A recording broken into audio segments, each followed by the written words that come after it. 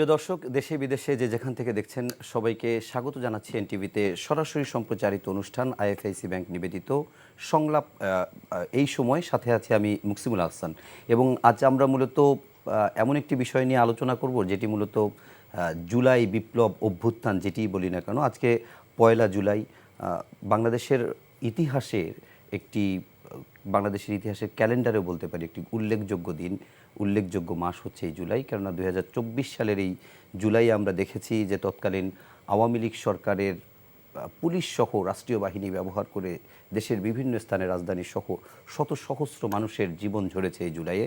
এবং সেই রক্তস্নাত জুলাইয়ে আমরা দেখেছি রংপুর বেগম রোকেয়া বিশ্ববিদ্যালয়ের শিক্ষার্থী আবু সাইদ, কিংবা আমরা যদি চট্টগ্রামের কলেজ ছাত্র আসিম বলি, কিংবা আমরা যদি মুগ্ধের সেই পানি লাগবে যে ধ্বনি প্রতিধ্বনি, তাতে তৎকালীন সরকারের ক্ষমতার মসনদ কেঁপে ওঠে। আমরা দেখি 16 বছরের একটি যে স্বৈর শাসনের বাংলাদেশে চলছিল সেই শাসনের পতন হয়, যেটি আসলে আগস্টের এসে, যদিও সেই আগস্ট এর 5 তারিখে যখন সরকার পতন হয় সেটি তরুণ সমাজের কাছে, বিশেষ করে শিক্ষার্থীদের কাছে 36 জুলাই হিসেবে পরিচিত। কিন্তু যে নামেই বলি না কেন, সেই আগস্টের 5 তারিখের পর থেকে বাংলাদেশের মানুষ গণ অভ্যুত্থানের মধ্য দিয়ে একটি নতুন বাংলাদেশের স্বপ্ন দেখে এবং সেই স্বপ্ন আজ 1 বছর পেরিয়ে যে কতটুকু বাস্তবায়িত হয়েছে কিংবা প্রত্যাশা কতটুকু পূরণ হয়েছে, আমরা কি পেয়েছি, কি হারিয়েছি, আকাঙ্ক্ষা কী ছিল, প্রাপ্তি কী, ইত্যাদি নানা বিষয় নিয়ে আজকে আমরা আলোচনা করব। আলোচনার জন্য আমরা একটি বিষয় নির্ধারণ করেছি, বছর ঘুরে ঘুরে রক্তিম জুলাই, প্রাপ্তি এবং বাস্তবতা। এ বিষয়ে আলোচনার জন্য আমরা স্টুডিওতে দুজন অতিথিকে আমন্ত্রণ জানিয়েছি। মূলত এই জুলাইয়ের গণ অভ্যুত্থানে যারা আসলে সম্মুখে থেকে নেতৃত্ব দিয়েছেন এবং যারা নেপথ্যে কাজ করেছেন, এমন দুজন মানুষ আজকে আমাদের সঙ্গে রয়েছেন। আমরা শুরুতেই তাদের সঙ্গে পরিচিত হব। তরুণ 2 আলোচক। আমি প্রথমে পরিচয় করিয়ে দিচ্ছি। আমার বামে রয়েছেন প্রাপ্তি তাপসী, তিনি একজন অ্যাক্টিভিস্ট, এবং তারপরে রয়েছেন আলী আহসান জুনায়েদ, আহ্বায়ক আপ বাংলাদেশ। আপনাদের দুজনকে এনটিভি স্টুডিওতে আজকের আলোচনায় আমন্ত্রণ, স্বাগত জানাচ্ছি এবং কৃতজ্ঞতা জানবেন। আমি প্রথমেই প্রাপ্তি তাপসী আপনার কাছে জানতে চাই একদম ছোট্ট একটা প্রশ্ন, সেটা হচ্ছে বছর ঘুরে আপনার কাছে কতটুকু প্রাপ্তি আর কতটুকু অপ্রাপ্তি, প্রাপ্তি অপ্রাপ্তিকে আপনি কিভাবে মূল্যায়ন করবেন? সবচেয়ে বড় বিষয় হচ্ছে যে আজ যখন জুলাইয়ের 1 তারিখ এবং আমরা দেখেছি গতকাল রাত 12টার পর থেকেই সামাজিক যোগাযোগ মাধ্যম সহ বিভিন্ন জায়গায় আমরা সকলে জুলাইয়ের স্মৃতিচারণ করছি, যে যেভাবে জুলাইয়ের সাথে জড়িত ছিলেন সেই জায়গা থেকে স্মৃতিচারণ করছি। আপাত দৃষ্টিতে মনে হতে পারে জুলাইয়ের পরপর, 36শে জুলাইয়ের পরপর বাংলাদেশ যে ধরনের ট্রানজিশনের মধ্য দিয়ে গিয়েছে, তাতে আপাত দৃষ্টিতে মনে হতে পারে যে আসলে যেরকমটা আমরা আগে কথা বলছিলাম যে হতে পারে আমাদের প্রাপ্তি একদমই নেই, কিংবা হতে পারে আমরা আসলে একটু হলেও হতাশ। কিন্তু আমি বলবো যে আমাদের 1 বছরের প্রাপ্তিটি এটি যে এই যে দীর্ঘ 15 বছর ধরে গুম করে রাখা, মানুষজনকে ক্রসফায়ারে মেরে ফেলা, কোনো ধরনের বিচারের আওতায় না আনা, বিচারহীনতার সংস্কৃতি, আপনি যৌন নিপীড়নের কথা বলেন, আপনি ছাত্রলীগ, আওয়ামী লীগ, যুবলীগের ধর্ষণের কথা বলেন, এই সকল কিছুর যে মূল যে জায়গাটি ছিল, যে চাবিকাঠি যে জায়গাটি ছিল, সেই শাসন ব্যবস্থাকে তো আমরা পুরোপুরি বিলোপ করতে পারিনি, কিন্তু সেই ব্যক্তিটিকে এবং তাদের যারা সহচর ছিলেন, সেই কাজে যারা সমর্থক ছিলেন, তাদেরকে আমরা দেশ থেকে তাড়াতে পেরেছি। আমি বলবো এটি আমাদের একটি বড় প্রাপ্তি। কিন্তু সবচেয়ে বড় অপ্রাপ্তি কি? সবচেয়ে বড় অপ্রাপ্তি হচ্ছে শহীদদের রক্তের সাথে আমরা বেইমানি করেছি এবং প্রতিনিয়ত করছি। এবং একটু বুঝাবেন? হ্যাঁ, এবং এই বিষয়টি দেখবেন যে এখন খুবই ট্রেন্ডি। আমরা সকল কথাবার্তায়, সকল বক্তব্যে, আমরা বক্তব্যে সেটা বলি যে শহীদদের রক্তের সাথে বেইমানি করতে দিব না। কিন্তু শহীদদের রক্তের সাথে সবচেয়ে বড় বেইমানি আমরা তখনই করছি যখন 36শে জুলাইয়ের পরপর আমরা দেশের কথা চিন্তা না করে, রাষ্ট্রের কথা চিন্তা না করে, গণতন্ত্রের কথা চিন্তা না করে, নাগরিকদের অধিকারের কথা চিন্তা না করে আমরা নিজেদের পদ পদবি, নিজেদের রাজনৈতিক স্বার্থ, নিজেদের ব্যক্তিগত স্বার্থ, সেসবের পিছনে আমরা ছুটে গিয়েছি। এবং যেই জায়গায় আপনি দেখবেন যে এখন জুলাইয়ের পরপর 1 বছর শেষ হলো, তারপরেও ফ্যাসিবাদী কাঠামো কিন্তু একদম আগের মতোই রয়েছে।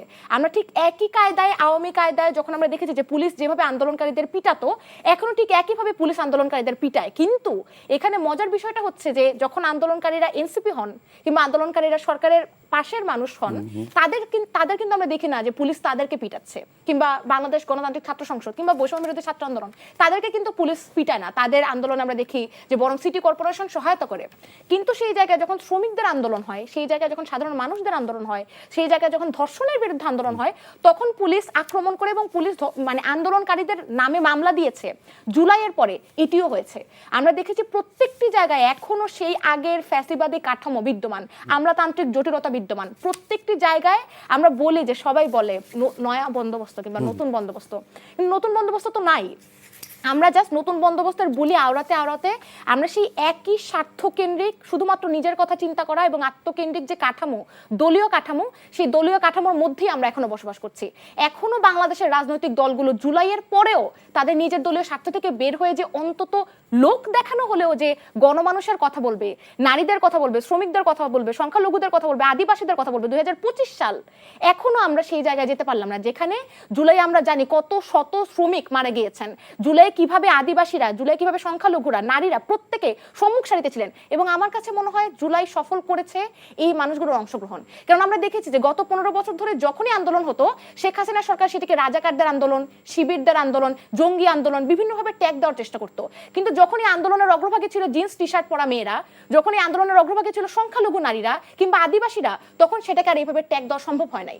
কিন্তু জুলাইয়ের পরপর আপনারা ওই মানুষদের সাইডলাইন করে শুধুমাত্র নিজেদের রাজনৈতিক বন্দোবস্তের জন্য এগিয়ে যাচ্ছেন। এর চেয়ে বড় বেইমানি আর কি হতে পারে? না, আপনার এই কথার পরিপ্রেক্ষিতে আপনার কাছে ছোট্ট একটা ব্যাপার একটু জিজ্ঞেস করি। সেটি হচ্ছে যে আমরা যতটুকু দেখেছি যে আমরা দেশীয় গণমাধ্যমে অনেক কিছু তখন দেখাতে পারি, কিন্তু আমরা দেখেছি আন্তর্জাতিক গণমাধ্যম থেকে শুরু করে সেই জাহাঙ্গীরনগর বিশ্ববিদ্যালয়ে বিভিন্ন জায়গায় আপনি অগ্নিকন্যা হিসেবে বক্তব্য দিয়েছেন। আল জাজিরা, বিবিসি, বিভিন্ন গণমাধ্যমে আপনি আপনার ভয়েস বাংলাদেশের পক্ষে বা তৎকালীন আন্দোলনের পক্ষে বড় ভূমিকা রেখেছে। সেরকম একজন সম্মুখ সারির জুলাই যোদ্ধা হিসাবে আপনাকে ছোট্ট একটা প্রশ্ন করতে চাই। সেটি হচ্ছে 1 বছরের প্রত্যাশা প্রাপ্তিকে মানে আপনার যতটুকু প্রত্যাশা ছিল সেই অনুযায়ী যতটুকু আপনি পেয়েছেন, 10-এ কত দেবেন? কঠিন প্রশ্ন, এই প্রশ্নটির জন্য আমি প্রস্তুত ছিলাম না। আচ্ছা, আপনি তাহলে এই প্রশ্নটি নিয়ে একটু ভাবেন এবং কত দিবেন এবং কেন দিবেন সেটা একটু ভাবেন। আমরা ততক্ষণ একটু জুনায়েদের কাছে আসি। জুনায়েদ, আমরা যতটুকু জানি যে 5 জুনে হাইকোর্টের যে 2018 সালের যে প্রজ্ঞাপনটি সেটিকে বাতিল করার একটি রুল দিয়েছিল এবং তার পরিপ্রেক্ষিতে 6 জুনই ঢাকা বিশ্ববিদ্যালয়ে মিছিল করেছিল। কিন্তু একেবারে বৈষম্য বিরোধী ছাত্র আন্দোলনের প্ল্যাটফর্ম দিয়ে এই 4 দফা দাবি নিয়ে নাহিদ ইসলাম যে আন্দোলনের শুরুটা করেছিলেন, সেটি সম্ভবত জুলাইয়ের 1 তারিখ থেকে। তো সেই নেপথ্যের ঘটনাটুকু আপনার কাছে একটু সংক্ষেপে জানতে চাই। প্রশ্ন তো আপনার কাছেও একই থাকবে, আপনিও প্রত্যাশা প্রাপ্তিকে কিভাবে মূল্যায়ন করবেন? 1 বছর পর এসে আপনিও কতটুকু সফলতা ব্যর্থতা দেখেন? জি, ধন্যবাদ। আন্দোলনটার আন্দোলনটা যেভাবে আমরা দেখেন যে আন্দোলনটা একটা ফ্লেভার পেয়েছে, কিন্তু বাংলা ব্লকেট কর্মসূচি যখন সফলভাবে পালিত হয় এবং সারা ঢাকাতে আমরা বুঝতে পারতেছিলাম যে স্টুডেন্টরা এটার সাথে কানেক্টেড হচ্ছে এবং বাইরেও বিশ্ববিদ্যালয়গুলো স্টুডেন্টরা আস্তে আস্তে এটার সাথে কানেক্টেড হওয়া শুরু করেছে। ওইদিকে খুব বড় এটি ভালো সফলভাবে সব বাংলা জায়গায় ব্লকেট এই কর্মসূচিটার সফলতাটাই কিন্তু আন্দোলনে একটা স্পিরিট তৈরি করে। এবং দেন কিন্তু কোর্টে একটা রায় হওয়ার কথা, 10 তারিখ 11 তারিখ এরকম একটা ডেট ছিল। তখন আমরা ভেবেছিলাম যে ওই সময়ের মধ্যে হয়তো রায়টা আবার আগের জায়গায় ফিরে যাবে, অর্থাৎ যে কোটা বাতিল হয়েছিল সেখানে ফিরে যাবে। কিন্তু সেটা না হয়ে 1 মাসের জন্য একটা সময় নেওয়া হলো, মনে থাকার কথা। তো দেখেন, মানে খুব সাধারণ একটা দাবি এবং যেই দাবিটা আগে সেটেলড হয়ে গেছে, সেই দাবি মানার তো কোনো চেষ্টাই নাই। তারপরে যেটা হলো যে পুরো স্টুডেন্ট সোসাইটিকে একটা ট্যাগিং করার চেষ্টা করা হলো এবং এই ট্যাগিংয়ের বিপরীতে ছাত্ররা যখন নেমে গেল, শিক্ষার্থীরা যখন নেমে গেল, তারপরের দিন আমরা দেখলাম যে ওবায়দুল কাদের এবং শয়ন তারা শিক্ষার্থীদের এই প্রতিরোধকে এতটা তুচ্ছতাচ্ছিল্য করে দেখলেন যে তাদের মানে শয়ন বলল যে ফু দিলে 5 মিনিটের মধ্যে নাকি শিক্ষার্থীদের সমস্ত শক্তি চলে যাবে। এবং আমরা 15 জুলাই সবার মনে থাকার কথা যে কি করে শিক্ষার্থীদের উপর হামলা হয়েছে এবং ওই দিন আমাদের বোনেদের চেহারাগুলো, রক্তাক্ত চেহারাগুলো সবার চোখের সামনে আসছে। যেটা সবার সামনে আসে নাই সেটা হলো 15 তারিখ বিকেল সন্ধ্যায় ঢাকা মেডিকেল কলেজে সৈকতের নেতৃত্বে, তখন ছাত্রলীগের ঢাবির সেক্রেটারি, তার নেতৃত্বে ঢাকা মেডিকেল কলেজে আহতদের উপর হামলা চালিয়েছে। এটি আসছে, এই কাজগুলো হয়তো সবাই হয়তো মনে নাই। এই ঘটনাগুলো ঘটেছে কিন্তু। এবং 16 তারিখে 6 জন শহীদ হয়েছেন আবু সাইদ সহ।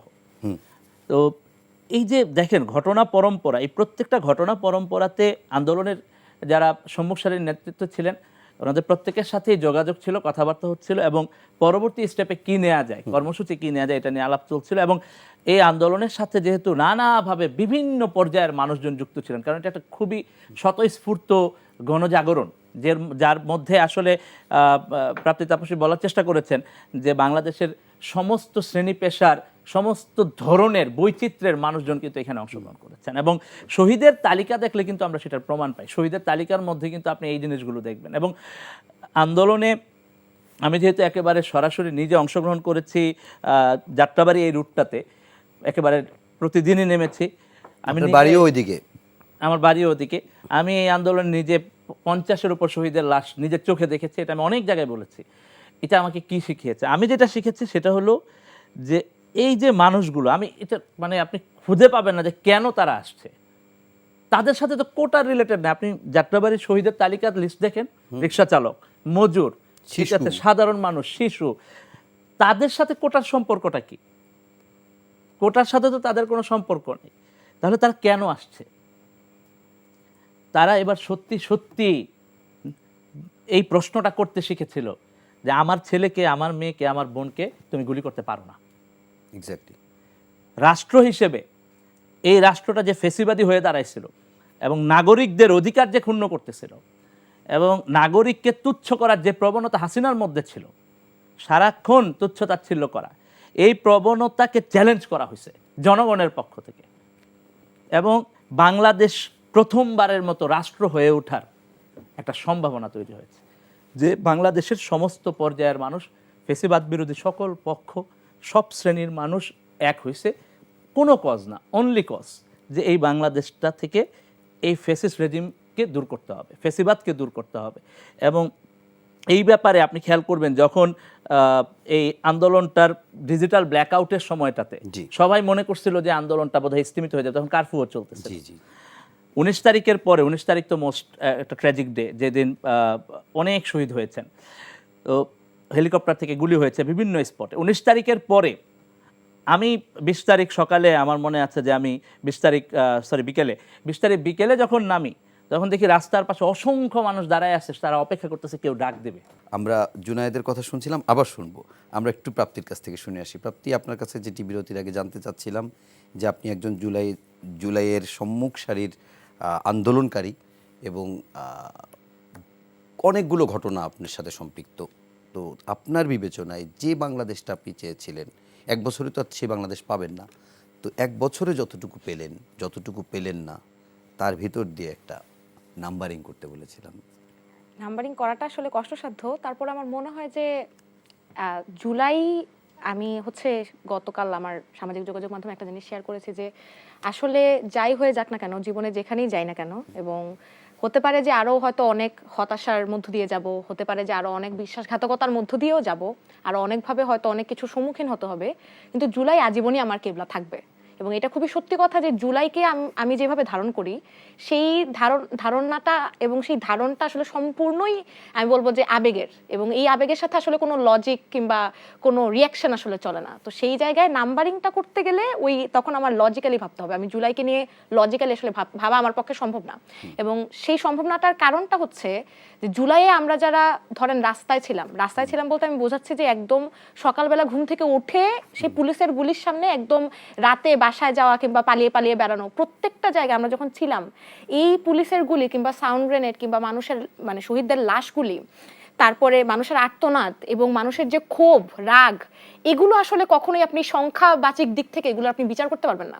ঠিক একইভাবে জুলাইয়ের পরে মানুষের মধ্যে যে আমি বলবো ক্ষোভটা সৃষ্টি হয়েছে, কারণ মানুষজন আমাদের থেকে অনেক বেশি প্রত্যাশা করেছে।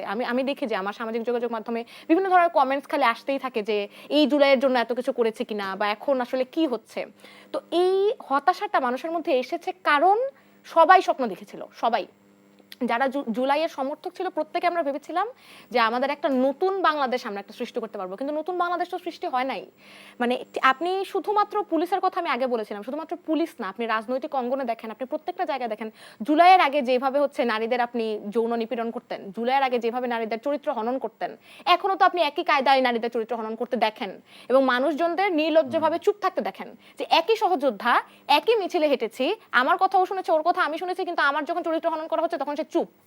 এবং শুধুমাত্র নিজের পার্টির মেয়েদেরকে যে রক্ষা করার যে একটা মানে আমরা দেখি যে একটা সংস্কৃতি সৃষ্টি হয়েছে, যে যখনই এই ধরনের নিপীড়ন যখন নিজের দলের ভেতর হচ্ছে, ধরেন এনসিপির তাসনিম যারা আপুর সাথে যখন হচ্ছে, কিংবা সামান্থা আপুর সাথে যখন হচ্ছে, তাজনুভা আপুর সাথে যখন হচ্ছে, তখন এনসিপির মানুষজন কথা বলছে।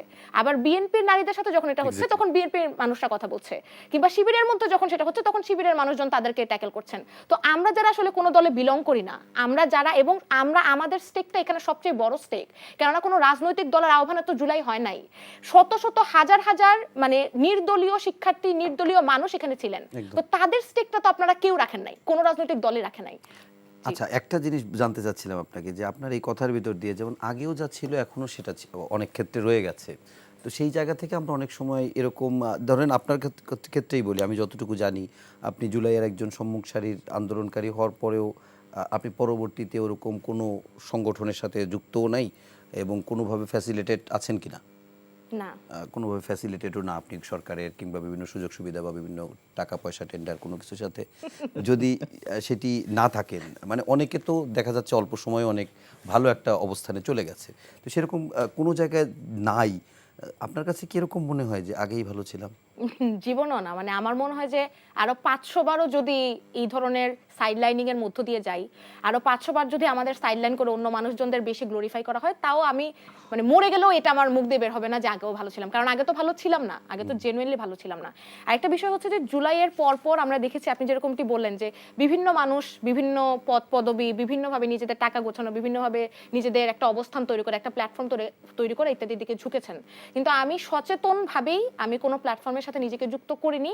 এটার প্রথমে যখন জুলাইয়ের পর এটার প্রথম একটা কারণ ছিল যে আমি একটু অবজার্ভ করতে চেয়েছিলাম যে আসলে প্ল্যাটফর্মগুলো কি দাঁড়ায় বা কি হয়, কিন্তু সেই অবজারভেশনের পরে যে ভয়াবহ একটা সত্যের মুখোমুখি হয়েছি, এবং ধরেন এই যে ব্যক্তিগত স্বার্থের বাইরে চিন্তা না করতে পারা, অন্য মানুষের কথাকে বিন্দুমাত্র পরমত সহিষ্ণুতার যে মানে একদম বিনাশ, এইটা দেখতে পেয়ে আসলে নিজেকে যুক্ত করার কোনো ইচ্ছাও হয়নি। কিন্তু তারপরে যদি জিজ্ঞেস করেন যে আগে ভালো ছিলাম কিনা, এত কিছু তো পাইনি, আপাত দৃষ্টিতে মানুষের কাছে মনে হতে পারে, আমার বন্ধুরা, আমার বাবা মা অনেক সময় জিজ্ঞেস করে যে কি আসলে পেলি, কিছুই তো পেলি না, কিন্তু আমি তো অনেক বড় বিষয় পেয়েছি। মানে জুলাই আমাকে যে পরিমাণ শক্তি দিয়েছে, যে পরিমাণ সাহস দিয়েছে, যে পরিমাণ প্রেরণা দিয়েছে, এবং এতগুলো মানুষের স্বপ্ন এবং দায়িত্বের ভার কাঁধে নেওয়া, এটা অনেক বড় বিষয়।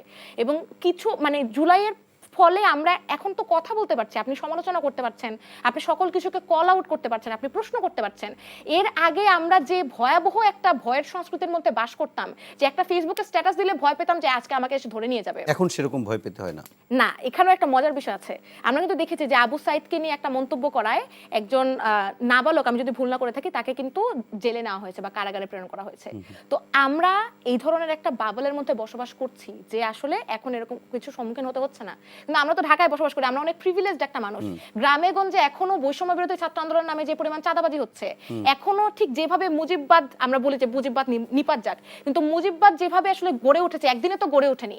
এই যে মুক্তিযুদ্ধের চেতনাকে যেভাবে আওয়ামী লীগ ক্যাশ করেছে একদিনে তো সেটা করতে পারেনি, ঠিক সেভাবে তো আমরা জুলাইয়ের চেতনা বিক্রি হতে দেখছি, সেই ঠিক সেভাবে আমরা জুলাইয়ের ক্রেডিট বিক্রি হতে দেখছি, যে কে আমরা জুলাই কতটুকু কি কাজ করেছে। আমার তো বলতে লজ্জা লাগে যে আমি জুলাইয়ে কি করেছি, কারণ আমি বেঁচে আছি, আমার সকল অঙ্গ প্রত্যঙ্গ আমার চোখ দিয়ে দেখতে পাচ্ছি, আমার পা দিয়ে হাঁটতে পারছি, মানুষজন নিজের জীবন দিয়েছে, মানুষজন নিজের অঙ্গ প্রত্যঙ্গ হারিয়েছে, সেই জায়গায় এসে আমি বলবো যে আমি জুলাই পুলিশের গুলির সামনে ছিলাম, আমার গুলিটা তো ও খেয়েছে। আমার এটা আক্ষরিকভাবে আমার এটা নিজের কাছে বলতে লজ্জা লাগে যে আমরা এই যে ক্রেডিট নিয়ে মারামারি, ক্রেডিট নিয়ে ভাগাভাগি, এগুলো আসলে মানে যারা লাশ দেখেছে, যারা লাশের মিছিল করেছে, মানে শহীদ পরিবারের সদস্যদের যাদের সাথে প্রতিনিয়ত যোগাযোগ, তারা আসলে এটা করা সম্ভবই না আমাদের পক্ষে।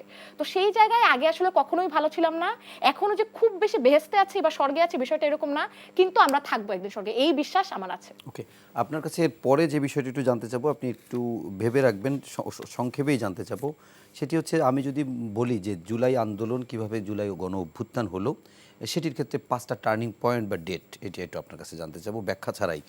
আমি একটু জুনায়েদ আপনার কাছে যাচ্ছি, অনেকক্ষণ আপনার কাছে যাই না। আপনার কাছে সেই সময়ের ঘটনা শুনছিলাম এবং সেই ঘটনার নেপথ্য থেকে আপনারাও অর্গানাইজ করেছেন, কিন্তু আমরা একটু আগাই আলোচনাটা। সেটা হচ্ছে যে আমরা জুলাইয়ে যারা কাঁধে কাঁধ রেখে একত্রিত হলো এবং আমরা দেখলাম যে জুলাইয়ের এই মানে এই প্ল্যাটফর্মে যারা সম্মুখ সারিতে ছিল, সেটা সামনে হোক কিংবা নেপথ্যে হোক, তারাই পরবর্তীতে জাতীয় নাগরিক কমিটি করলো এবং আপনি সেই নাগরিক কমিটির অন্যতম একজন নেতা বলা যায়, সংগঠক যায়। কিন্তু পরবর্তীতে এই যুগ্ম আহ্বায়ক ছিলেন এবং পরবর্তীতে যখন নাগরিক কমিটি থেকে নাগরিক পার্টি হলো, তখন আপনি সহ কয়েকজন নেতাকে দেখলাম সেখানে যোগ দিলেন না এবং পরবর্তীতে আপনি এবং তারাই আবার আপ বাংলাদেশ নামে আরেকটা সংগঠন তৈরি করলেন। এখন একটু জানতে চাই, মানুষ তো এত বোঝে না যে আসলে আপ বাংলাদেশ আর এনসিপির মধ্যে পার্থক্যটা কি, আর 2 নম্বর হচ্ছে যে আসলে কি পদ পদবিতে বা অন্য কোনোতে মিলে নেবিলে থাকেন নাই, কেন সরে গেলেন? কারণ আপনারা আরেকটা প্রশ্নের সাথে একসাথে থাকলে আরও ঐক্যটা শক্তিশালী হইতো কিনা। আচ্ছা, লং স্টোরি বলে তো লাভ নেই, শর্ট স্টোরিতেই বলি। আসলে প্রথম কথা হলো যে জুলাইকে দেখার যে জায়গা, এই দেখার জায়গাটাকে আমি দেখি হলো যে বাংলাদেশে গণ অভ্যুত্থানের রাজনীতি করা না গেলে, ট্র্যাডিশনাল রাজনীতিতে ফিরলে আসলে আর কোনো রাজনীতি থাকবে না। দেখেন, তরুণদের তো রাজনীতিতে কোনো স্পেস ছিল না। বাংলাদেশে আমরা যে কথা বলতেছি, তরুণরা যে কথা বলতেছে এবং তরুণরা যে মেইন স্ট্রিম ভয়েস হয়ে উঠছে, এটা তো বেসিক্যালি জুলাই গণ অভ্যুত্থানের ফলে হয়েছে। এখন জুলাই গণ অভ্যুত্থানের রাজনীতির জায়গায় রাজনীতিটা কি? দেখেন, আকাঙ্ক্ষা কোনো ডেফিনেশন হয় নাই। এটা তো কোনো রাজনৈতিক দলের অধীনে গণ অভ্যুত্থান হয় নাই। কোনো নির্দিষ্ট ব্যক্তি দাবি করতে পারবেন না যে তার ডাকে চলে আসছেন, এবং কোনো নির্দিষ্ট ব্যক্তি বলতে পারবেন না যে তিনি একাই বিশাল এরকম মাস্টার মাইন্ড বা এরকম কোনো কিছু আসলে বিলং করে না এখানে। এই আন্দোলনটা একেবারে স্বতঃস্ফূর্ত। আপনি ওই রিক্সা চালক মজুরকে এভাবে নামাইতে পারতেন না। আপনি এই নারীদেরকে এইভাবে যুদ্ধের ময়দানের সামনের সারিতে, আগে দেখতাম রাজনৈতিক দল মিছিলের সামনের সারিতে রাখতো, আর এরা হলো গুলির সামনে। এটা নিজের চোখে না দেখলে বোঝা যেত না। এবং আমি তো বলবো যে আমরা সোসাইটিতে যাদেরকে মানে যেই ছেলেপেলেদেরকে দেখলে মনে করি যে একটু বখাটে দূরে দূরে থাকি, এরা যেভাবে করে গুলির সামনে নিজেদের বুক পেতে দিয়েছে, এটা আমি নিজের চোখে দেখেছি, রিয়েলিটি। সো এই প্রত্যেকটা ঘটনা, এই ঘটনাগুলোর ফলে আমার কাছে মনে হয়েছে যে বাংলাদেশে একটা রাজনৈতিক সংস্কৃতি পরিবর্তনের সময় আসছে। রাজনৈতিক দলগুলো প্রচণ্ড প্রেশারের মধ্যে ছিল এবং বাংলাদেশে চাঁদাবাজি, দুর্নীতি, পেশিশক্তির প্রদর্শনী, হানাহানি, খুনাখুনি, এই কোনো কিছু কি এই গণ অভ্যুত্থানের রাজনীতির সাথে ম্যাচ করে? এখন পর্যন্ত বিএনপির অভ্যন্তরীণ কোন্দলে শতাধিক প্রাণ গেছে, ধর্ষণের ঘটনা ঘটতেছে, এবং আপনি দেখেন রাজনৈতিক দলগুলো কাদা ছোড়াছুড়িতে ব্যস্ত। এগুলো কোনোটাই গণ অভ্যুত্থানের রাজনীতির সাথে ম্যাচ করে না। এবং প্রপার ডেমোক্রেটিক একটা কান্ট্রিতে এই ধরনের রাজনীতি আপনি দেখবেন না। পলিসি আলোচনা হবে, একজন আরেকজনের ক্রিটিসিজম হবে, কিন্তু আমরা ক্রিটিসিজমের যে ল্যাঙ্গুয়েজ দেখি, এই পুরো জিনিসটা নষ্ট হয়ে গেছে। আচ্ছা, আপনারা এত কাছের মানুষ একসাথে থাকতে পারলেন না কেন? আমি ওই জায়গায় যাচ্ছি। তো সেইখানে এসে আমাদের কাছে মনে হয়েছে যে গণ অভ্যুত্থানের রাজনীতির মধ্যে আমরা নাই। রাজনীতিটা হয়ে যাচ্ছে নির্বাচনী রাজনীতি, ক্ষমতার রাজনীতি। অথচ আপনি যদি এই রাজনীতির নেচার চেঞ্জ করতে না পারেন, তাহলে এই ক্ষমতার রাজনীতিতে কোনো তরুণ টিকতে পারবে না। আমি আজকে বলে গেলাম, একজন তরুণও এই প্রচলিত ধারার রাজনীতির সাথে টিকে থাকতে পারবেন না সততা নিয়ে। যেই সততার আশা আকাঙ্ক্ষা মানুষ তরুণদের প্রতি করে, মানুষ তো এই তরুণদের নেতৃত্ব মেনে নিয়েছিল। কেন পারবে না? পারবে না কারণ হলো এই প্রচলিত রাজনীতির যে ধরন। এখানে তো আপনি একটা লোকাল এরিয়াতে যান, দেখেন যে কিভাবে চাঁদাবাজিতে জড়িত। একদিনে না হলেও অন্তত 10 বছরে তো সম্ভব, একদিনে না হলেও। আপনি যদি এটা ভাঙতে চান তাহলে তো মানুষের মধ্যে নাকি ভাঙার মানসিকতাও নাই আপনাদের যারা। আপনি খেয়াল করবেন যে ভাষা কি ব্যবহার হচ্ছে। বলা হচ্ছে যে পুরাতন রাজনীতিকে কিছুদিনের জন্য অ্যাডপ্ট করে পরবর্তীতে এই রাজনীতিকে ভেঙে ফেলা হবে। এখন তো অ্যাডপ্ট করা জরুরি হচ্ছে না, এটাই তো বলা হচ্ছে। তার মানে কি আপনি আপনার ন্যারেটিভটা কি, আপনি কি বলতে চাচ্ছেন? আপনি তো ধরেন তো বাংলাদেশের মানুষ বন্যা যখন হয়েছে তার স্বর্ণালঙ্কার দিয়ে যায় নাই, সব দিয়ে গেছে, মানে টাকা পয়সা দিয়ে যায় TSC নাই। তে যেভাবে দিছে এই এটা তরুণরা আসলে- যদি বলতো যে আমরা জুলাই গণ অভ্যুত্থানকে রক্ষা করতে চাই, জুলাই গণ অভ্যুত্থানের আকাঙ্ক্ষায় আলোকে আমরা এইসব রাজনৈতিক হানাহানি দলাদলি মারামারি বন্ধ করতে চাই, রাজনৈতিক প্রতিযোগিতা থাকবে কিন্তু এই জিনিসগুলো থাকবে না, আপনার কি মনে হয় বাংলাদেশের মানুষ টাকা না দিত? আমার তো মনে হয় বাংলাদেশের মানুষ ওভারহেলমিংলি সাপোর্ট করতো তরুণদেরকে। আমরা পারি নাই। সেই আপনার জায়গাটা আরেকটা তৈরি জিনিস হয় একটু নাই। জিজ্ঞেস করি, সেটা হচ্ছে আপনার কি কখনো এটা মনে হয় যে আপনাদের অভ্যুত্থানের যারা নেতৃত্ব দেওয়া যে শিক্ষার্থী প্রতিনিধিরা তাদের আসলে ক্যাবিনেটে ঢোকা বা সরকারের সুযোগ সুবিধা নেওয়া ঠিক ছিল? সেই সময়ের যে প্রেক্ষাপট, আমি মানে আন্দোলন আমি ছিনতাই হয়ে যেতে দুইটাকে দুইটা টাইম ভেঙে দেখতে হবে। কারণ হলো যে আমি ওই সময়টাতে জি, was deeply involved এই টোটাল লিডারশিপের সাথে। সো ওই সময়ের যে প্রেক্ষাপট, ওই সময়ের প্রেক্ষাপটে মনে হচ্ছিল যে যেহেতু কোনো রাজনৈতিক দলও নাই, কে নেতৃত্ব দিচ্ছে, কিন্তু নেতৃত্বের কিছু ফিগার আছে, তাদের কোনো পলিটিক্যাল ফোর্স নাই, পার্টিকুলার পলিটিক্যাল ফোর্স নাই। তো যদি তরুণরা কেউই না থাকে তাহলে কি সরকারে তো কোনো স্টেকই থাকবে না। That was the thought in that particular time. Now scenario কি, আসলে যদি তরুণরা গণ অভ্যুত্থানের রাজনীতিটা নিয়ে রাজপথে থেকে যেত তাহলে আজকে আমরা বেশি অ্যাচিভ করতে পারতাম ডেফিনেটলি। আচ্ছা, এর সঙ্গে আরও একটা প্রশ্ন করি। আপনারা প্রেশার ক্রিয়েট গ্রুপ হিসেবে আছেন বাংলাদেশ। রাজনৈতিক বিজ্ঞানের ভাষায় যদি বলা হয় যে একটা গণতান্ত্রিক প্রক্রিয়ায় বিভিন্ন প্রতিষ্ঠানগুলোকে ডাইনামিকভাবে চলতে, জবাবদিহিতা এবং অ্যাকাউন্টেবিলিটির ক্ষেত্রে দেখা যায় যে প্রেশার ক্রিয়েট গ্রুপগুলো ভালো ভূমিকা রাখে, সেই সঙ্গে দাবি আদায়ের ক্ষেত্রেও। কিন্তু তারা সরাসরি আসলে কোনো কিছুই করতে পারে না, যেটি আসলে সরকারকে বা বিভিন্ন রাজনৈতিক দলকেই করতে হয়। তো আপনারা কি এই এক্ষুনি রাজনৈতিক দল করতে চান নাই, সে কারণে প্রেশার ক্রিয়েট গ্রুপ হিসেবে আলাদা গেছেন, বা এনসিপি যে এত দ্রুত রাজনৈতিক দল হলো সেটাকে ঠিক বলে মনে করেন কিনা? মানে কেন আপনি এনসিপিতে গেলেন না, সেই প্রশ্নটি করেছিলাম। জি, আমি ওইটাই বলতেছিলাম যে আমার পার্সপেক্টিভটা হলো যে দেখেন, বাংলাদেশের মানুষ একটা জিনিস ভেঙে ফেলছে। 16 বছর ধরে গড়া একটা প্রাসাদ ভাঙতে ভাই একটা থুতুও আপনার পাওয়ারফুল, ডেফিনেটলি। কিন্তু গড়তে প্রত্যেকটা জিনিস সাইজে সাইজে মিলতে হয়। গড়াটা অনেক কঠিন কাজ। আমরা এখন গড়তে নামছি, মানুষের এক্সপেকটেশনের রেট সুপার লেভেলের হাই। এখন আমরা তরুণরা কি তার জন্য প্রস্তুত? আমরা প্রস্তুত না। তাহলে আমরা যদি প্রস্তুতি নিতাম, people will come to us. কারণ মানুষ তো আমাদের লিডারশিপ মেনে নিয়েছে। যে রেসপেক্ট আমরা পাইছি এই জীবনে, এই গণ এখন পর্যন্ত পাচ্ছেন। এখন পর্যন্ত আনবিলিভেবল। মানুষের এত রেসপেক্ট পাওয়ার মতো তেমন অনেক গুরুত্বপূর্ণ কাজ করছে, বিষয়টা তো এমন না। কিন্তু মানুষ তো রেসপেক্ট করে, মানুষ এই অভ্যুত্থানটাকে ধারণ করে, এই জন্য মানুষ এই রেসপেক্টটা করে। যেহেতু এই জায়গার ফিলিংসটা, তাহলে আমরা ওই কাজটা তো করতে পারি নাই। সুতরাং তরুণদের যে গণ অভ্যুত্থান 5ই আগস্টে হাসিনার পলায়নের মধ্য দিয়ে আপনি একটা সাময়িক বিজয় পেয়েছেন, কিন্তু মানুষের আকাঙ্ক্ষার ফলে যে নতুন রাজনৈতিক ধারা তৈরি হওয়ার কথা, সেটা বাস্তবায়ন না হওয়া পর্যন্ত তরুণদের রাজপথে থাকা দরকার ছিল।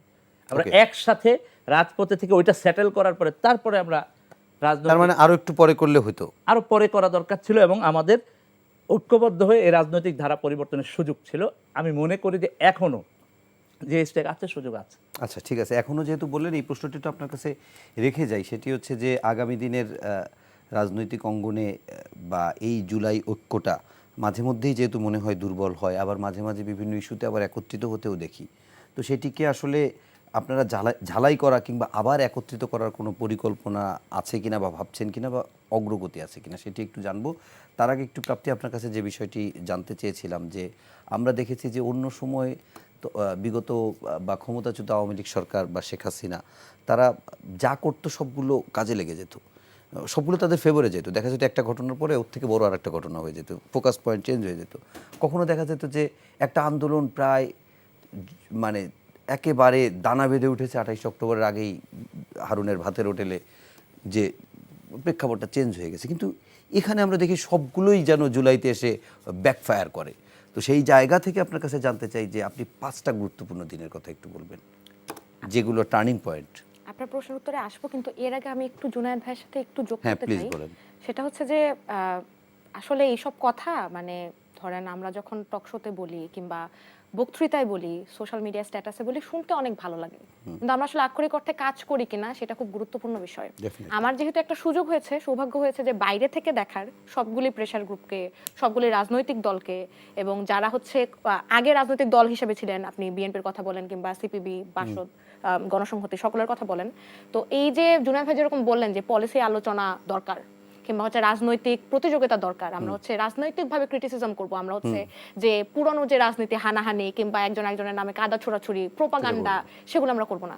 তো সেগুলো তো করছেন আপনারা, মানে সেগুলো তো সকল রাজনৈতিক দল এবং সকল প্রেশার গ্রুপ, আমরা যদি বাংলাদেশকে একটি প্রেশার গ্রুপ হিসেবেও ধরি, এনসিপিকে একটি প্রেশার গ্রুপ হিসেবে ধরি, বা জাতীয় নাগরিক কমিটি যখন ছিল সেটিকেও যদি প্রেশার গ্রুপ হিসেবে ধরি, আমরা তো দেখি যে এখন সোশ্যাল মিডিয়ায় একটা ওই যে বটের মানে আক্রমণ, সবাই খুব এটা নিয়ে অনেক অনেক কথাবার্তা হয়, আপনি দেখে থাকবেন যে যখনই হচ্ছে আমরা দেখি যে বাংলাদেশ ছাত্র শিবিরের ব্যাপারে যে কোনো ধরনের সমালোচনা করা হয়, ক্রিটিসিজম করা হয়, সেটার উত্তরে ওই কমেন্ট সেকশন থেকে শুরু করে ওই রিয়াকশন, মানে ওইখানে আসলে আর থাকা যায় না, এই ধরনের একটা সিচুয়েশন তৈরি হয়েছে কিন্তু সোশ্যাল মিডিয়ায়। তো যদিও বাংলাদেশ ছাত্র শিবিরের এই ধরনের মানে এই ধরনের ক্রিটিসিজমের পেছনে যে সোশ্যাল মিডিয়ায় আক্রমণ, সেটার উত্তর দেওয়ার জন্য আমি জুনায়েদ ভাইকে বলছি না, কারণ তিনি তো ভিন্ন একটি প্ল্যাটফর্মে আছেন। কিন্তু প্রশ্নটি হচ্ছে এই যে পলিসি আলোচনা কিংবা রাজনৈতিকভাবে প্রতিপক্ষকে মানে রাজনৈতিকভাবে একটা সহাবস্থানের মধ্য দিয়ে একটা সম্প্রীতি কিংবা রেসপেক্ট দমন করা, সেটা তো আমরা বাংলাদেশের সদস্যদের মধ্যেও দেখছি না। আমরা তো বাংলাদেশের সদস্যদের মধ্যেও দেখেছি যে রাজনৈতিক প্রতিপক্ষকে কিভাবে হচ্ছে বিভিন্নভাবে মানে যেখানে কোনো ধরনের রাজনৈতিক সহাবস্থান নেই, যেখানে কোনো ধরনের সম্প্রীতি নেই, ন্যূনতম কোনো ধরনের আমি বলবো সম্মান নেই, সেই অসম্মান করেও কিন্তু কথা বলা হয়েছে। এটা জুনায়েদ ভাই আমি মনে করি না যে আমার সাথে দ্বিমত করবেন। সেই জায়গায় যখনই আবার মানে উনি যখন এই ধরনের কথা বলেন, তখন আমাদের কিন্তু আশা তৈরি হয়, আপনি সাধারণ নাগরিক হিসেবে বলেন, আমার আশা তৈরি হয় যে আমরা হয়তো তাহলে বাংলাদেশের কাছ থেকে নতুন কিছু পাবো, কিন্তু আমরা তো পাইনি, মানে আত্মপ্রকাশের পর থেকেও কিন্তু আমরা পাইনি। তারপরেও যদি আসি, উনি যেরকম জুনায়েদ ভাই যেরকম করে বললেন যে এবং প্রত্যেকে স্বীকার করেন, সেটা আমি দেখেছি যে এই যে জুলাইয়ে নারীদের যে অংশগ্রহণ, নারীদের যে ভূমিকা, যে সাহসী ভূমিকা, কারো শোপিস হিসাবে নয়, কারো না, একদম অরিজিনালি, একদম নিজের স্বতঃস্ফূর্ত যে নিজের যে এজেন্সি, নারীর কর্তৃত্ব, সেটা নিয়ে তারা রাস্তায় ছিল এবং এখনো আছে। কিন্তু নারীরা, আপনারা সেই নারীদের খুঁজে পান না কেন আমি জানি না, নারীরা এখনো রাস্তাতেই আছে। তো এই যে নারীদের ভূমিকার কথা সকল রাজনৈতিক দল, সকল প্রেশার গ্রুপ স্বীকার করে না। আমি যদি ভুল না করে থাকি, মে 10-এ বাংলাদেশের যে কমিটি হয়েছে, 77 সদস্য বিশিষ্ট কমিটি, আমি যদি ভুল না করে থাকি, সেখানে 7 জন নারী এবং একজনও ধর্মীয় সংখ্যালঘু নেই, একজন আদিবাসী নেই, আমি যদি ভুল না করে থাকি। আমি ভুল করলে জুনায়েদ ভাই আমাকে শুধরে দিয়েন। তো সেই জায়গায় যে এই যে মানে আমরা তো সবাই বলি যে আমাদের সম্প্রীতি দরকার, সবাই আমরা নারীদের কথা স্বীকার করি, সবাই আমরা সংখ্যালঘুদের কথা স্বীকার করি, সেটি ধর্মীয় এবং জাতিগত উভয়, কিন্তু আমরা তো কাজে তাদের কাউকে নেই না, আমাদের কাজে কর্মে তো আমাদের কথার কোনো প্রতিফলন হয় না। তো এইটা যদি চলতে থাকে, তাহলে আসলে যে স্বপ্নটি জুনায়েদ ভাই দেখছেন কিংবা যে স্বপ্নটি আমিও দেখি, সেই স্বপ্ন বাস্তবায়িত হতে অনেক দূর পাড়ি দিতে হবে। আর আপনার প্রশ্নের উত্তরে যদি আসে যে জুলাইয়ের টার্নিং পয়েন্ট কোনটি 5টি, সেটি হচ্ছে যেরকম আমরা পাবলিক বিশ্ববিদ্যালয়ের শিক্ষার্থীরা, ধরেন ঢাকা বিশ্ববিদ্যালয়ে 15 তারিখ ছাত্রলীগ আক্রমণ করেছে, 15 তারিখ সন্ধ্যায় জাহাঙ্গীরনগরের ছাত্রলীগ আমাদের আক্রমণ করেছে, তারপর 15 তারিখ রাতের ভিসির বাসায় আমাদের যে ওইটা যে লাইভ সারা দুনিয়া দেখেছে, তার পরবর্তীতে 16 তারিখে আমাদের সাথে সাভারের সকল মাদ্রাসা, সকল স্কুল কলেজ, প্রাইভেট বিশ্ববিদ্যালয় সকলে আমাদের সাথে একসাথে এসে আমরা কাঁধে কাঁধ মিলিয়ে ছাত্রলীগের সভাপতি সেক্রেটারিকে যে আপনারা হল থেকে বের করে দিলেন, সেটা কি 15 তারিখ রাতে? 15 তারিখ রাতে আমরা ভিসির বাসায় যখন অবরুদ্ধ ছিলাম, ছাত্রলীগ আমাদের আক্রমণ করে পরে জাহাঙ্গীরনগর বিশ্ববিদ্যালয়ের হল থেকে ভেঙে, হলের জাহাঙ্গীরনগর বিশ্ববিদ্যালয়ের সকল শিক্ষার্থীরা, নারী পুরুষ সকলে মিলে এসে আমাদের উদ্ধার করে, এবং তারাই ছাত্রলীগের সভাপতি এবং সাধারণ সম্পাদকের রুম ভাঙচুর করে ছাত্রলীগকে বিতাড়িত করে ক্যাম্পাস থেকে। প্রথম ছাত্রলীগ বিতাড়িত ক্যাম্পাস জাহাঙ্গীরনগর বিশ্ববিদ্যালয়। 15 তারিখ 16 তারিখ দুইটা, এই দুইটা দিন? জি, দিবাগত রাতে 16 তারিখ দিবাগত না, দুইটা দিন পেলাম আরো। ও হ্যাঁ, আমি না 15 তারিখ 16 তারিখ টার্নিং পয়েন্ট না, আমি ঘটনার কথা বলছি। আচ্ছা, তো সেই জায়গায় যখন আমরা 17 তারিখেও পুলিশের গুলির সম্মুখীন হই, আমার ব্যক্তিগত যে অভিজ্ঞতা সেটা হচ্ছে, আমি তখন তো সারাদিন বাইরে থাকি, মোবাইল দেখার সময় পাই না, চার্জ থাকে না, নেটওয়ার্ক ছিল না। তো আমি বাসায় এসে যখন আমি দেখেছি যে পুলিশ গুলি করছে এবং এত খারাপ অবস্থা, আমি হলে যাই যখন সারাদিন আন্দোলন শেষ করে, তখন হচ্ছে আমার কাছে মনে হচ্ছিল যে আন্দোলনটা আর কিছু চলবে না। কিন্তু তখনই ওই দিনই আমরা দেখি যে প্রাইভেট বিশ্ববিদ্যালয়ের শিক্ষার্থীরা ব্র্যাকের সামনে, মানে ওরা যে আসলে, এবং এটা এখন বলতেও এটা খারাপ লাগে যে আপনারা প্রাইভেট বিশ্ববিদ্যালয়ের স্টুডেন্টরা যদি রাস্তায় না নামতো, কোনো এই তারিখে যদি ওরা এইভাবে প্রতিরোধ করে না তুলতো, কোনোদিন আমরা আর একতাবদ্ধ হইতে পারতাম। এটা কি কমপ্লিট শাটডাউনের ফার্স্ট দিনের কথা বলছেন? এটা 18 তারিখ 18 তারিখ কমপ্লিট শাটডাউনের ফার্স্ট দিন। এবং আমার যতটুকু মনে পড়ে, এটা আপনার প্রাইভেট ইউনিভার্সিটি শুধু না, স্কুল কলেজের, বিশেষ করে আমি ভিকারুন্নেছার সামনে থেকে যখন আসছিলাম তখন দেখলাম সেখানেও মানে সবগুলো জায়গায় প্রাইভেট ইউনিভার্সিটি, অবশ্যই স্কুল কলেজ মাদ্রাসা, মানে বিশেষ করে নিরাপদ সড়ক চাই আন্দোলনে যেভাবে নেমে এসেছিল ঠিক সেম মনে হয়েছে। এবং জুলাই তো আমার কাছে সম্পূর্ণ নিরাপদ সড়ক আন্দোলনেরই একটা আমার কাছে বারবার মনে হচ্ছে ফ্ল্যাশব্যাক। কারণ 16 তারিখ যখন আমরা মেয়েদের হল থেকে মিছিল নিয়ে নামি, আমাদের মিছিলের সামনে ছোট ছোট বেনি করা ক্লাস 6 এ পড়ে মেয়েরা, ওদের হাতে প্ল্যাকার্ড ধরা। তো মানে এটা আসলে এই অনুভূতি ভাষায় প্রকাশ করার মতো না।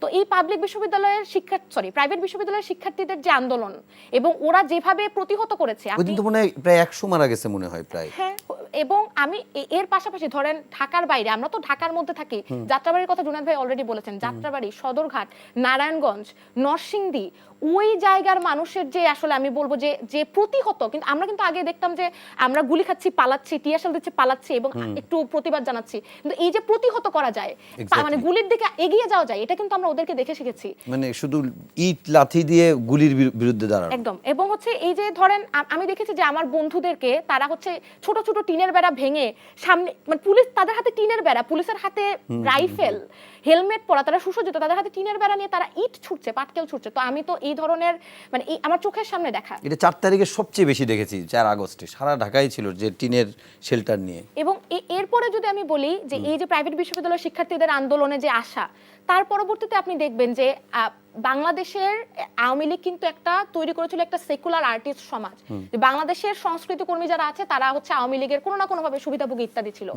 এই যে সংস্কৃতি কর্মীরা তারা ধানমন্ডিতে, আমি যদি ভুল না করে থাকি, অগস্টের 1 বা 2 তারিখ তারা একটি 2 তারিখ, হ্যাঁ, 2 তারিখ তারা হচ্ছে সকালবেলা, তারা হচ্ছে সকল সংস্কৃতি কর্মীরা মিলে ফটোগ্রাফি যারা আর্টিস্ট কিংবা হচ্ছে যারা হচ্ছে চিত্রশিল্পী, গান করে যারা, সকলে মিলে তারা রাস্তায় নেমে তারা প্রতিবাদটা জানালো।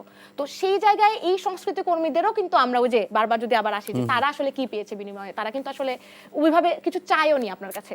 তার পরবর্তীতে যদি আপনি দেখেন যে 2 তারিখে দ্রোহযাত্রার কথা, আমার কাছে স্পষ্ট মনে আছে যে দ্রোহযাত্রার সময় আমার হাতে স্প্রে পেইন্ট, আমি সকল দেয়ালে দেয়ালে গিয়ে হচ্ছে স্প্রে পেইন্ট করছি, দৌড়াচ্ছি, পুলিশের সামনে যাচ্ছি, এই সকল চলছে। তখন আমার হাতে কত মানুষ, এই যে মানুষ এখন বলে না যে মার্কিন অ্যাক্টিভিস্টিং হয় কিংবা হচ্ছে মার্কিন যুক্তরাষ্ট্রের টাকা এটা হয়েছে, ইউএসএইড এর টাকা এটা হয়েছে, আজকেও সারাদিন ফেসবুক জুড়ে এগুলো ফেসবুকে এই প্রপাগান্ডা চলেছে। কত মানুষ, জুলাই কত মানুষ যে মানে সাধারণ মানুষ, আমার বাবার মতো দেখতে, এ ধরনের শার্ট প্যান্ট পরা কিংবা হচ্ছে আমার মায়ের মতো দেখতে, তারা এসে জাস্ট হাতে টাকা গুঁজে দিয়েছে যে এই টাকা দিয়ে রং কিনবে কিংবা এই টাকা দিয়ে কিছু খাবে। এবং কত শত মানুষ, কত শত মায়েরা, কত শত পিতারা, কত শত রিক্সাওয়ালা, শ্রমিক। আমাদের 3 তারিখে আমার কাছে একটা ছবি আছে যে 3 তারিখে যখন বাসায় ফিরি, তখন হচ্ছে আমি তো তখন হল থেকে ঢাকায় চলে এসেছি, তখন রাস্তা দিয়ে যাওয়ার কোনো উপায় নাই, আমি ধানমন্ডি থাকতাম তখন, সকল জায়গায় আটকে আটকে হচ্ছে যুবলীগ হচ্ছে ধরে নিয়ে যাচ্ছে কিংবা যুবলীগ চেক করছে একদম ওই ধানমন্ডির ওই জায়গাটায়। আমরা একজন নারী রিক্সা চালককে পেয়েছিলাম, সেই নারী রিক্সা চালক আমাদের বিভিন্ন অলিগলি ঘুরে আমাদের নিরাপদ স্থানে পৌঁছে দিয়েছিলেন। তো এই সকল মানুষের যে মানে আমি বলবো যে অন্তর্ভুক্তি, সেই সকল মানুষের অন্তর্ভুক্তির মধ্য দিয়ে জুলাই আসলে জুলাই হয়েছে, না হলে হতো না। আচ্ছা জুনায়েদ, আপনার কাছে আমাদের সময় একদম কম, একটু ছোট ছোট করে উত্তর দিলে আমরা আরো অনেক বিষয়ে যেতে পারতাম, কিন্তু আসলে বলারও কিছু নাই কারণ আপনারা জুলাইতে বারবার চলে যাচ্ছেন। এটা খুব স্বাভাবিক যে প্রাপ্তি তাপসী যে প্রশ্নটি আপনাকে করেছিল সেটির উত্তর যদি দেন খুশি হব যে 77 জনের কমিটিতে মাত্র 7 জন নারী, এবং একই সঙ্গে যে আপনারা আমার যতটুকু মনে পড়ে আসার আগে যে ঘোষণাটা দিচ্ছিলেন যে আসলেই একটা ইনক্লুসিভ পার্টি বা অর্গানাইজেশন বা প্রেশার কেট গ্রুপ যেটাই বলে আপনারা করবেন, সেটির আসলে যদি আসলেই আদিবাসী, ক্ষুদ্র নৃগোষ্ঠী বা এইরকম সংখ্যালঘু সম্প্রদায় যদি না থাকে তাহলে সেটি কিভাবে, এটি খুব ছোট করেই দিতে হবে। কারণ হচ্ছে আপনার সামনে আরও একটা বড় প্রশ্ন আমার আছে, সেটি হচ্ছে জুলাই ঘোষণাপত্র 1 বছরেও কেন করা হলো না? আচ্ছা, আমাদের কমিটিতে 11 জন আছেন, কিন্তু সেটা পর্যাপ্ত নয়, এটা ট্রু। আরেকটা হলো যে আমরা তার মানে 7 ভাগের 1 ভাগ, হ্যাঁ, তাও কোনোভাবেই পর্যাপ্ত না, আরো বেশি। কারণ হলো জুলাইয়ের ফলে যে প্ল্যাটফর্ম, জুলাইয়ে যে নারীদের সম্পৃক্ততা, তাতে আরো বেশি সংখ্যক নারীকে আমাদের মধ্যে 33 হলে তাও একটু ভালো হতো, আরো ভালো হতো অবশ্যই। আর যত বেশি হতো তত ভালো হতো। বাংলাদেশের টোটাল ভোটার বেজের 50% হলো women and also total population. মানুষ ভোটার বেস বলতে বলতে শুধু ভোটার বুঝে, টোটাল বেশি মনে হয়, কয়েকজন বেশি আছে নারী মনে হয়। হ্যাঁ, টোটাল পপুলেশনে 50%। সো তাদের ভয়েসটা তো পলিটিক্যাল জায়গায় খুবই কম।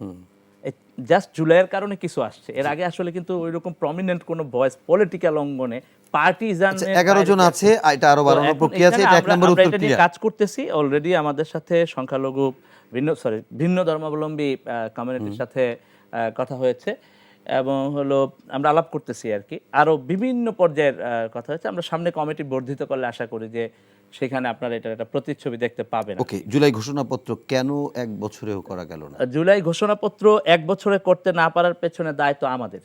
প্রথমত আমাদের কারণ হলো জুলাই ঘোষণাপত্র ছাড়া এই গণ অভ্যুত্থানের যে স্বীকৃতি হয় না, যে সরকার গণ অভ্যুত্থানের ফলে আসছে তার নিজের যদি লেজিটিমেসি কি, তার লেজিটিমেসি, তার ম্যান্ডেট হলো গণ অভ্যুত্থান, সেইটার স্বীকৃতি যদি না হয় তাহলে কি করে এই সরকার নৈতিকভাবে এই ক্ষমতা প্রয়োগ করতে পারে বা ক্ষমতায় থাকতে পারে? সুতরাং আমি মনে করি যে জুলাই ঘোষণাপত্র যে আসলো না এটার জন্য ফ্যাসিবাদ বিরোধী সকল পক্ষ দায়ী। কারণ কেন ওনারা এই ব্যাপারটা বুঝতে পারতেছেন না যে জুলাই ঘোষণাপত্র হলো এই পুরো আন্দোলনের লেজিটিমেসি, পুরো আন্দোলনের স্বীকৃতি, শহীদ আহতদের স্বীকৃতি। আপনি খেয়াল করবেন যে বিচারের প্রশ্ন, আমাদেরকে বিচারের দাবি তুলতে হবে কেন? এমনি হবে। বিচার সহ এই যে প্রত্যেকটা বিষয়ে সেটেলমেন্ট হতো কিসের মধ্য দিয়ে? জুলাই ঘোষণাপত্র এবং জুলাই সনদ। আচ্ছা, আরেকটা জিনিস বলি, আপনি গতকালকে সম্ভবত ব্রিফিং অথবা সংবাদ সম্মেলন করে আপনারা বললেন যে আপনি অনেকটা নাহিদ ইসলামকেই ইন্ডিকেট করে বললেন যে এই জুলাই ঘোষণাপত্র করার জন্য হলেও ঐক্যবদ্ধভাবে মানে আন্দোলনের জন্য আপনি তাকে একটা আহ্বান জানিয়েছেন, তাকে অথবা এনসিপিকে, যেভাবেই বলি না কেন। এবং আজকে সেটির উত্তরও সম্ভবত নাহিদ দিয়েছে, আপনি শুনেছেন কিনা, হয়তো আপনার প্রশ্নের উত্তর দিয়েছে কিনা জানি না, তার বক্তব্যের ভিতরে আমি এটি পেয়েছি যে এই যে তারা পদযাত্রা শুরু করলো এনসিপি ঠিক বৈষম্য বিরোধী ছাত্র আন্দোলন প্রতিষ্ঠার 1 বছরের মাথায় এসে রাজনৈতিক দল হিসেবে যখন তারা মুভ করছে, তখন তারা জুলাইয়ের 1 তারিখ থেকেই কাজ শুরু করেছে, যেটা তারা সারা দেশের মুভমেন্ট করে 3 তারিখে ঢাকায় এসে সম্ভবত ঘোষণাপত্র দেওয়ার একটা ঘোষণা বা এরকম একটা কথা বলেছে। কিন্তু আমি আপনার কাছে ছোট্ট করে আরেকটা জিনিস জানতে চাই, জুলাই ঘোষণাপত্র জুলাই সনদের ভিতর পার্থক্য কি, একই নাকি ভিন্ন ভিন্ন? জি, জুলাই ঘোষণাপত্র মূলত আকাঙ্ক্ষার একটা প্রতিচ্ছবি, কিন্তু সনদের মধ্য দিয়ে এটা লিগ্যাল এন্টিটি হয়, এটার লিগ্যাল স্ট্যাটাস তৈরি হয়।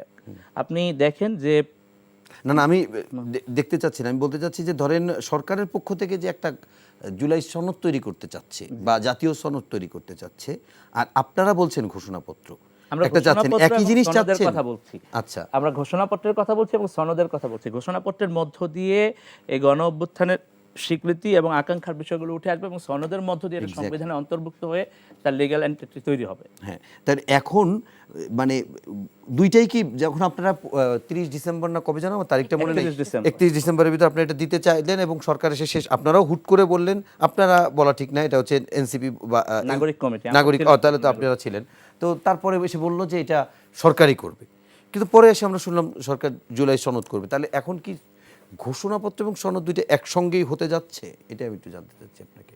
আমরা তো সরকারের কোনো বার্তা বুঝতে পারতেছি না। 30 কার্যদিবস চাইলো, জুনের 25 তারিখ শেষ হলো, কোনো ধরনের সরকারের পক্ষ থেকে কোনো অবস্থান আমরা পাইলাম না। আমরা বুঝবো কিভাবে আসলে? আমি জাতীয় ঐক্যমত্য কমিশনের আপনার সহসভাপতি আলী রিয়াজ স্যার, ওনার কাছে আমি জানতে চেয়েছিলাম যে ঘোষণাপত্র আর সনদ এক কিনা। উনি টেকনিক্যালি ওনারা যে সনদের কাজটা করতেছেন সেটাই বলতেছেন, আর ঘোষণাপত্রের কথা আপনারা বলছেন এরকম একটি কথা বলছে। হয়তো এটি আপনিও জানার চেষ্টা করবেন। দেখেন যে সনদের আপডেট কি, আমরা তো কোনো ধরনের আপডেট পাচ্ছি না। ঘোষণাপত্র বলেন না, এই যে ঐক্যমত্য কমিশন একটা বিষয় একমত হচ্ছে, হইতে কোনো এক সময় হবে সবগুলো বিষয়, অথবা সবগুলোই ফুটনোটে থাকবে যে সব রাজনৈতিক দল এক হতে পারে না, অথবা কিছু বিষয় একমত হবে, তারপর তারা রাজনৈতিক দলের একটা সাইড দিবে। 90-এ যখন আন্দোলন হয়, স্বৈরাচার বিরোধী আন্দোলনে, তখন 3 জোটের একটা রূপরেখা হয়।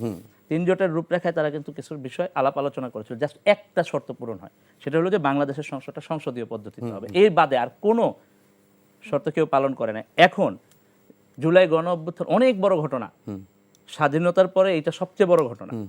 এত বড় ঘটনা নিয়ে যদি এইভাবে চলে তাহলে তো মানে জনগণের পক্ষ থেকে আপনি কোনো ধরনের কোনো সাপোর্ট পাবেন না। তো এই সরকারের সাপোর্ট বেস কি? জনগণ। আমরা এই সরকারকে, আপনার কি মনে হয় যে 3 জোটের রূপরেখা রাজনৈতিক দলগুলো করেছিল, 3 জোটের রূপরেখা তারা মানে নাই, রাজনৈতিক দলগুলো প্রতিহত করতে পারে নাই, সরকারকেও ফেলতে পারে নাই, কিন্তু স্টুডেন্টরা বা নতুন প্রজন্মকে যদি বলি, তারা তো 16 বছরের সরকারকে ফেলেছে। তো আগামী দিনে যদি আপনি সনদ করে যদি সেগুলো বাস্তবায়ন করতে না চান, তাহলে কি সেই মানুষ আবার জেগে উঠবে না? আমি শিওর যে বাংলাদেশে মানুষের মধ্যে যে পরিমাণ সাহস তৈরি হয়েছে এবং যে আকাঙ্ক্ষা তৈরি হয়েছে, যে আকাঙ্ক্ষা তৈরি হয়েছে, এই আকাঙ্ক্ষা সহজে যাবে না। 1.5 কোটি তরুণ রাস্তায় নেমেছে।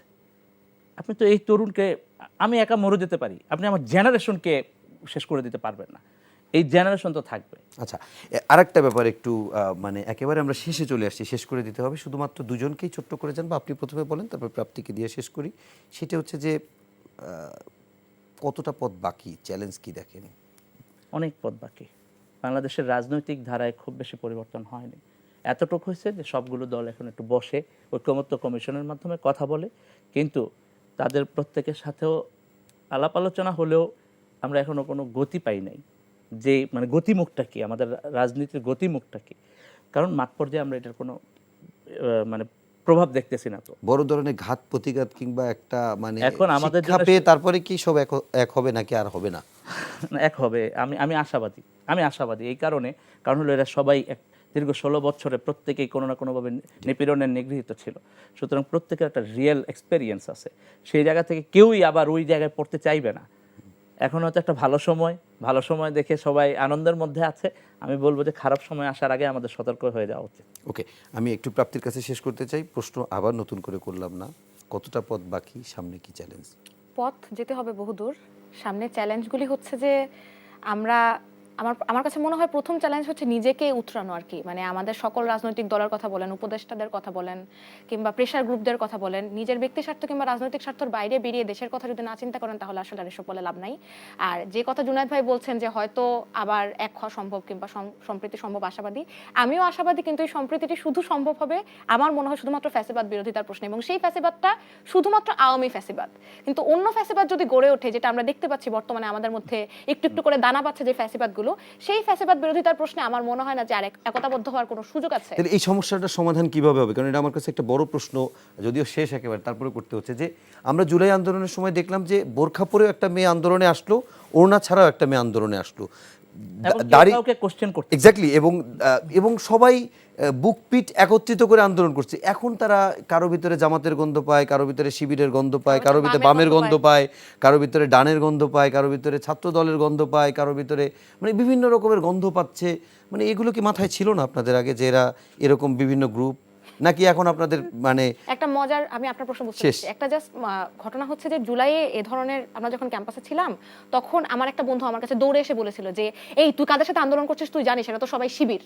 তখন আমি বলছিলাম শিবির হয়েছে তো কি হয়েছে, মানে শিবির হওয়াটা তো কোনো দোষের কোনো কিছু না। ঠিক একইভাবে অন্য কোনো রাজনৈতিক দল করাও তো কোনো দোষের কোনো কিছু না। কিন্তু আপনি যখন তখন আমি টি শার্ট পরা হিসাবে আন্দোলন করছি, আমার কাছে কেউ যদি দুইটা কথা বলতো সকলে মিলে আমাকে সেটাই তারা প্রতিহত করতেন সেটা। কিন্তু এখন যখন আমি রাস্তায় নামি টি শার্ট পরে, আমাকে যখন আক্রমণের শিকার হতে হয় তখন আপনারা নির্লজ্জ থাকেন, চুপ থাকেন, রাজনৈতিক দলগুলো কোনো কথা বলে না, প্রেশার গ্রুপরা কোনো কথা বলে না, আবার আপনারা এক্সপেক্ট করেন এবং প্রত্যাশা করেন যে তারপরেও নারীরা এসে, তারপরেও ধর্মীয় এবং জাতিগত বৈচিত্র্যের মানুষরা এসে আপনার সাথে কথা বলবে কিংবা আপনার পাশে বসবে। কেন বসবে? আপনি তার জন্য কি করছেন জুলাইয়ের পরে? কিছুই তো করেন নাই। তো আগে করেন। মানুষের যে প্রত্যাশা সৃষ্টি করেছে আকাশচুম্বী, তার 1%ও ফুলফিল করতে পারেন নাই। একটু মানুষকে কিছু সফলতার বার্তা দেন, অন্তত তার পাশে থাকেন। আর কিছু করতে না পারেন, তার সাথে ঘটে যাওয়া নিপীড়ন, তার সাথে ঘটে যাওয়া ঘটনা স্বীকার করেন, দোষ স্বীকার করেন, ক্ষমা প্রার্থনা করেন, তার পরবর্তীতে মানুষ হয়তো আপনার সাথে আসতে পারে।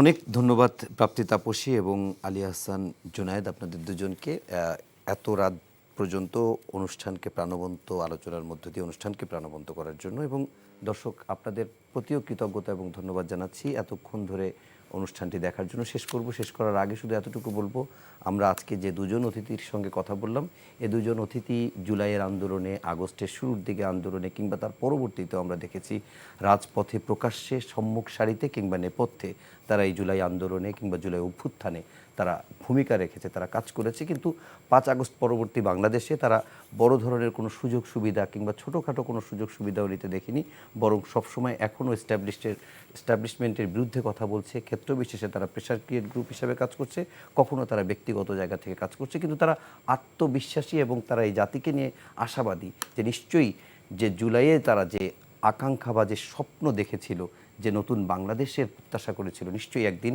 সেই বাংলাদেশ হবে টেকসই গণতন্ত্র যেমন হবে, সেখানে ইনক্লুসিভ যেমন হবে, সেটি যেমন নারীর অধিকারকে নিশ্চিত করবে, ঠিক তেমনি সমাজের ঘটে যাওয়া অন্যায় অসঙ্গতির প্রতিবাদ করবে, ন্যায় বিচার প্রতিষ্ঠা করবে এবং এর মধ্য দিয়েই বাংলাদেশ হবে নতুন বাংলাদেশ। সেই প্রত্যাশায় আজকের মতো শেষ করছি। সবাই ভালো থাকবেন, সুস্থ থাকবেন। শুভরাত্রি।